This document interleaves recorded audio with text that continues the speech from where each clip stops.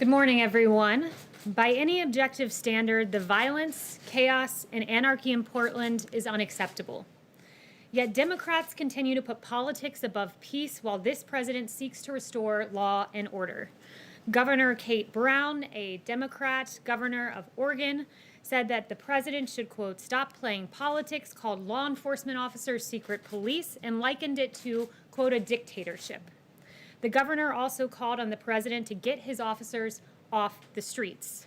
Democrat Mayor of Portland, Todd Wheeler, said the president is trying to look strong for his base, while you had Democrats on the Hill, Nancy Pelosi, calling these officers stormtroopers, and Jim Clyburn calling them the Gestapo. This rhetoric is unhelpful and gives the violence we have seen a pass. But President Trump will not give the violence a pass. He will restore order where the Democrat governor and the Democrat mayor are unwilling to admit that they have lost control of their city. The well-organized mob in Portland has become increasingly aggressive, especially against law enforcement officers. Individuals have thrown bricks, chunks of concrete, glass bottles, feces, balloons filled with paint, pig's feet, slingshots to hurl ball bearings, and batteries at federal agents and the courthouse. Multiple attempts to barricade officers in the Hatfield courthouse have occurred, attempts to start the structure on fire as well. Use of eyesight damaging laser devices have been used, and strobe lights against federal agents as well. But according to Speaker Pelosi, when asked about the violent removal of statues, people will do what they do. The Trump administration urges state and local officials to work cooperatively to restore law and order. Operation Legend is a great example of this. At the governor's request, we went into Kansas City and surged the area with federal assets, FBI, DEA, ATF, and U.S. Marshals. This was named after Legend Taliaferro, a 4-year-old young boy who lost his life and was shot in his bed tragically. This has been a successful operation that has been waged in his name, including the arrest of wanted fugitives. Similarly, President Trump is taking action in Portland, even though you have a Democrat mayor and Democrat governor unwilling to work with us in this situation. We are surging resources, along with Secretary Wolf at DHS, and augmenting the Federal Protective Service to safeguard federal property. The bottom line is that this president stands with law and order, which leads to peace, and we will not allow Portland to become the new CHOP like what we saw in Seattle. And with that, I'll take questions. John. Kayleigh, 2 questions on Portland. One, the case of Navy veteran Christopher David, who went down because he said he wanted to talk to the law enforcement officers and ask them about the oath of office that they took. He was, as people saw on videotape, he was beaten with a baton. He had pepper spray sprayed in his face. He now has 2 broken bones in his hand. Is the president aware of what happened to this Navy veteran graduate of the Naval Academy? And does he condone that kind of action by these law enforcement officers? Yeah, I'm aware of the details of that situation. Haven't heard the audio of the video, though I've seen it, and I'd refer you to DHS about the extenuating details. We always encourage the appropriate use of force, and we also encourage those in the area to remain peaceful towards our law enforcement officers. And my second question is, where in the Constitution does the president derive the authority to send federal law enforcement officers to the streets of American cities against the will of the elected officials in those cities? Yes, well, what you're referring to is Portland, and 40 U.S. Code 1315 gives DHS the ability to deputize officers in any department or agency, like ICE, Custom and Border Patrol, and Secret Service, quote, as officers and agents. They can be deputized for the duty of, in connection with the protection of property owned or occupied by the federal government and persons on that property. And when a federal courthouse is being lit on fire, commercial fireworks being shot at it, being shot at the officers, I think that falls pretty well within the limits of 40 U.S. Code 1315. So that's a matter of protecting federal property, like federal courthouses in the case of Portland. Does he see limitations to that power? And how far does that power extend into the streets of the city of Portland? What are there limitations on that? So under that authority to protect a federal property. Under the law, we believe that agents can conduct investigations of crimes committed against federal property or federal officers. And in the case where you have someone shooting off a commercial-grade firework and then running across the street, we don't believe that extends past our jurisdiction. Yes. Kayleigh, thank you. Yesterday, the president tweeted out an image of himself wearing a mask. He said that wearing a mask is an act of patriotism. No one is more patriotic than him. Then just hours later, he was spotted at the Trump Hotel not wearing a mask. Why did it take him so long, first of all, to be seen wearing a mask in public? And why the mixed messaging on this critical health issue that his own top health officials have said is critical to fighting this pandemic? The president's always been consistent on this, that masks, according to the CDC, are recommended but not required. He has said that he would wear one in the case he couldn't appropriately socially distance. And he wore one and put up the picture on Twitter, as you saw. Does he think that it's important to lead by example on this issue? Well, the president has led. He's been consistent, even going back to March 31st, when he said, then my feeling is if people want to do it, there's certainly no harm to it. But he hasn't done it, Kayleigh. He hasn't worn a The mask. president- And so it's sending, is it not mixed signals? The president wore a mask in May. The president wore a mask at Walter Reed out of an abundance of caution. But as I've made clear from this podium, the president is the most tested man in America. He's tested more than anyone, multiple times a day. And we believe that he's acting appropriately. Let me ask you about the federal stimulus, if I might. Negotiations are ongoing. Why is the White House blocking Republicans' requests for more funding for testing and contact tracing? Senator Roy Blunt saying it just doesn't make sense. I think that's just wrong. So no one is blocking any money from testing. One of the things I would add is that this is an ongoing negotiation. We're just in the early days of that. Currently in federal coffers, we have $10 billion, that's with a B, unspent, that is allocated for testing. And we want to ensure that in phase 4, there is money that is targeted for testing in the way that makes most sense. Republicans say they need that money. Is the president willing to come to the table? We're willing to put in money for targeted testing that makes sense, not just dumping money into a pot that already contains $10 billion. Kayleigh, there's very little support in Congress for a payroll tax cut, but the president keeps pushing for it. Why is that so important to him? How does a payroll tax cut help the 25 million Americans out of work when they're not getting a paycheck? Well, there are a number of things we're looking at for phase 4. And one of those things is unemployment benefits, where, as Secretary Mnuchin said, we want this to be completed before July 31st, the date that runs out. We don't want something to be an incentive where someone gets overpaid and has a disincentive from going back to work, where they get paid more on unemployment benefits than at work. So we want to be cautious about that while making sure that those unemployed are taken care of. But the payroll tax in particular goes to some of our hardest working Americans. The people that it benefits, if you look at the tax structure, are middle income and low income workers. And not only that, there's an incentive on the employer side with a payroll tax holiday that encourages them to hire more too, because it reduces their burden. So it's a very smart policy. But those are people who still have jobs, so wouldn't it be more important to focus on the people who don't if you're worried about the overall cost of this stimulus? We can focus on a number of things at once, and part of that's a payroll tax for middle and low income Americans who are out there working each and every day and making their way through as best they can. It also means unemployment benefits. It also means direct payments to Americans. So we're looking at all of that, and we would like to see all of that. The second question on the briefing today at 5 o'clock, should we expect to see members of the coronavirus task force? Will Dr. Fauci, will Dr. Birx be there? You'll have to tune in to see. Yes. Thank you. On Portland, on sending agents to Portland, as well as plans for Chicago, why are these the right people to send? My understanding, these agents often work on human smuggling, drug trafficking, things like that. Do they have the right skill set, whether it's gun violence in Chicago or quelling unrest in Portland? Well, first, let me add, they haven't been sent to Chicago. These DHS officials are currently in Portland protecting a courthouse. We do believe they're the right individuals for that, as does 40 U.S.C. 1315, the United States Code. It's egregious what's happening. The frequency jammers, the pellet and air rifles in Portland, it's being depicted as this peaceful scene. I can assure you it's anything but that, where you've had barricades trying to keep officers in the Hatfield, courthouse, injury to a Border Patrol team member's leg, injuries to the head, shoulder, and back of a deputy U.S. Marshal. A U.S. Marshal impaled his right hand on a board filled with nails set out by the protesters. This is not a peaceful scene. I'm very thankful to our U.S. Marshals and ATF and others who are acting in accordance with a statute and protecting a federal building, and doing so at great cost to themselves.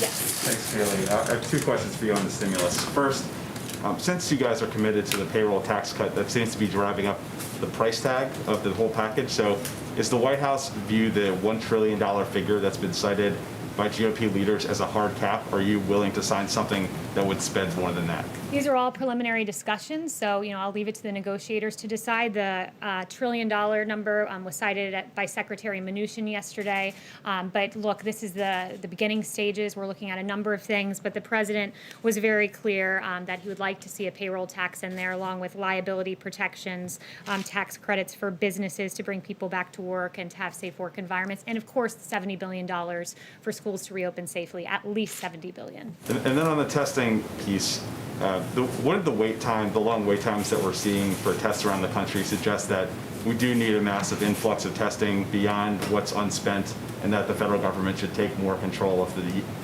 the country's testing program? So we do want to see more testing funding, but we want it to be targeted in a way that it gets to the right people who need testing at the right time, not just dumping money into a bucket. So we want more money. We want it to be targeted.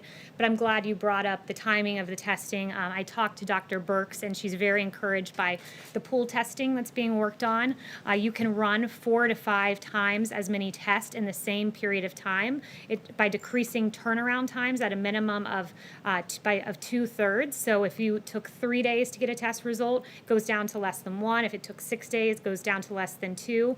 And it's more labor intensive, so they would need to hire additional personnel, but CMS is funding the test at about 4 times the actual test cost to ensure technicians and PPE requirements can be met. So we are seeing encouraging signs on that front. Yes. Thank you, Kayleigh. Just going back to the Portland situation, what is sort of the policy justification for federal officers not identifying their agency and their arrest authority when they take a protester into custody?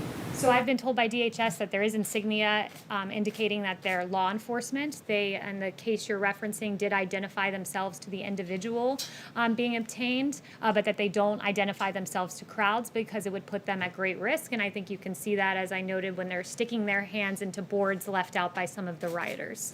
Yes. Hey, Kayleigh. On June 16th, a little more than a month ago, the White House, via the Vice President, published an op-ed in the Wall Street Journal.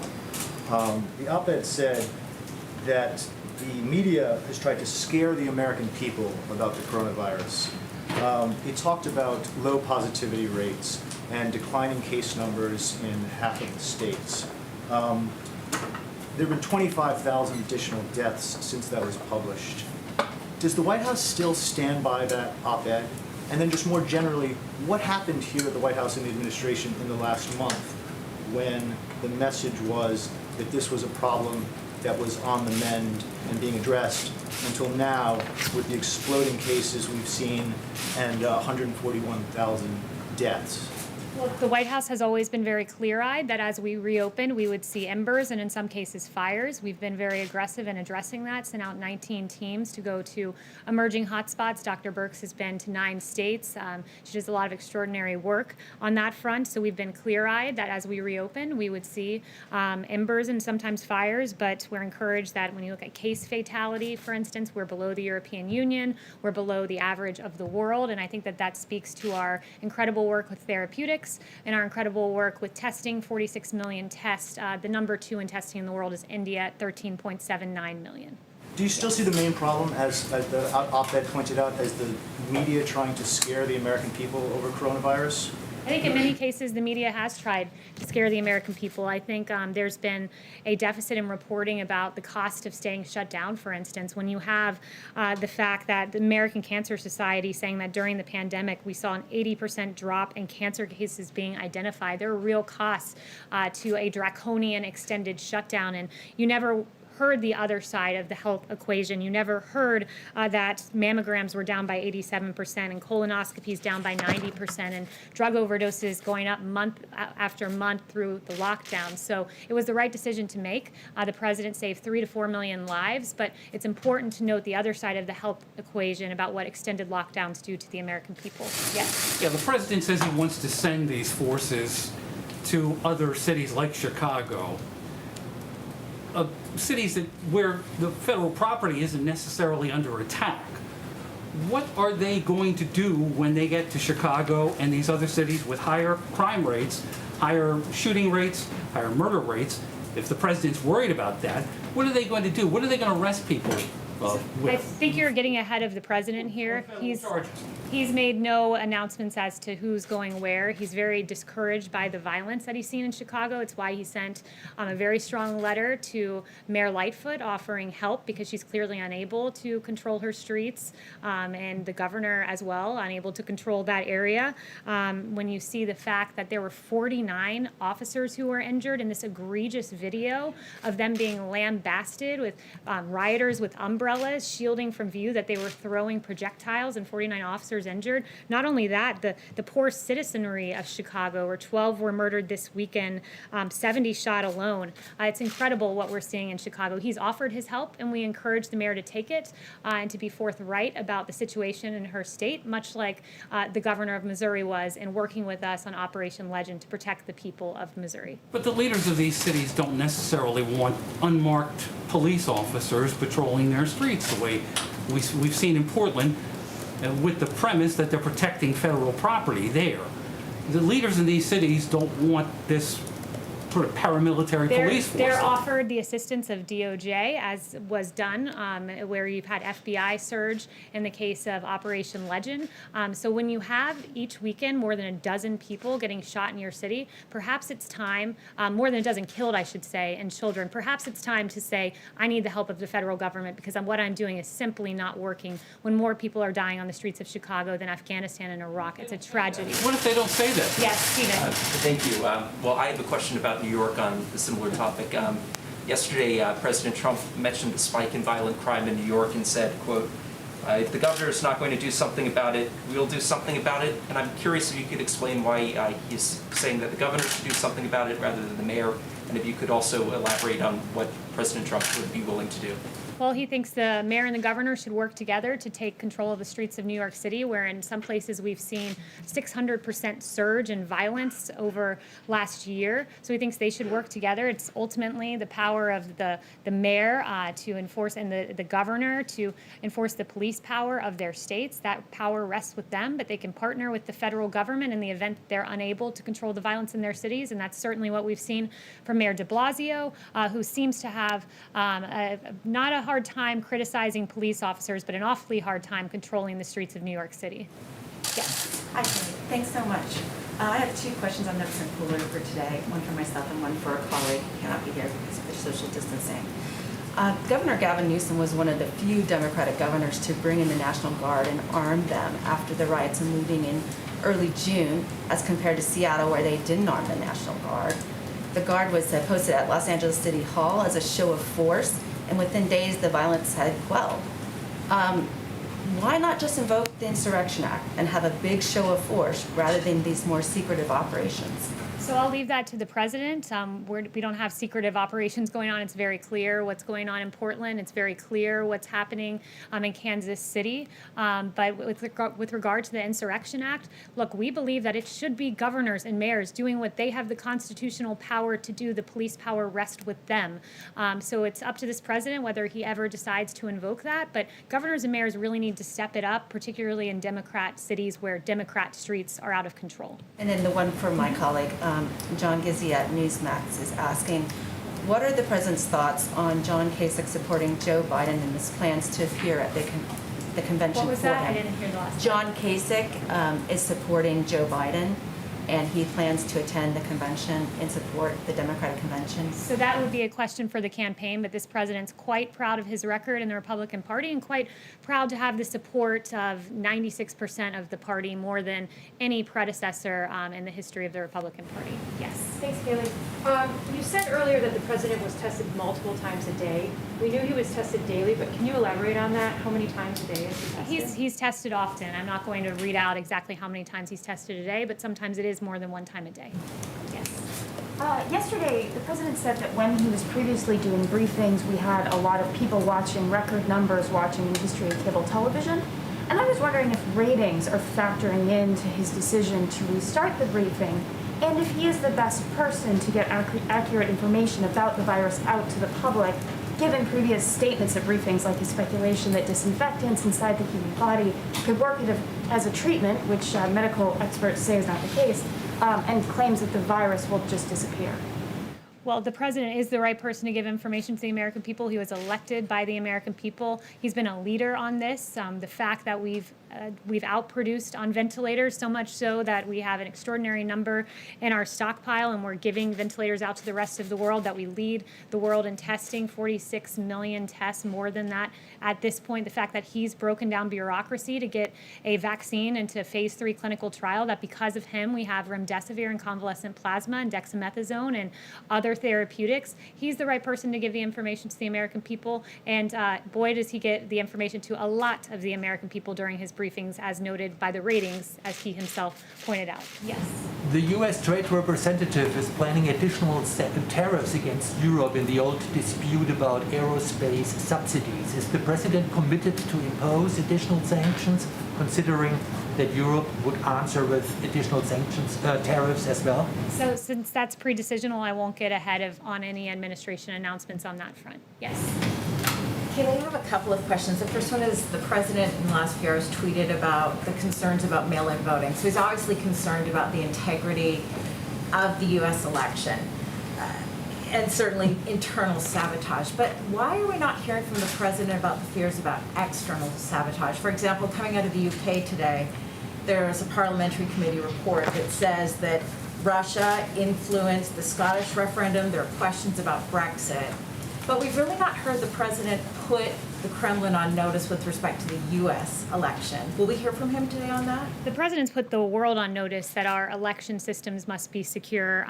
This is under this president in 2018. He articulated the first full cyber strategy for the United States since 2003. In 2019, he extended the National Emergency Declaration on Foreign Election Interference. He routinely engages with Congress on election security, participating in at least 26 elections security-specific hearings.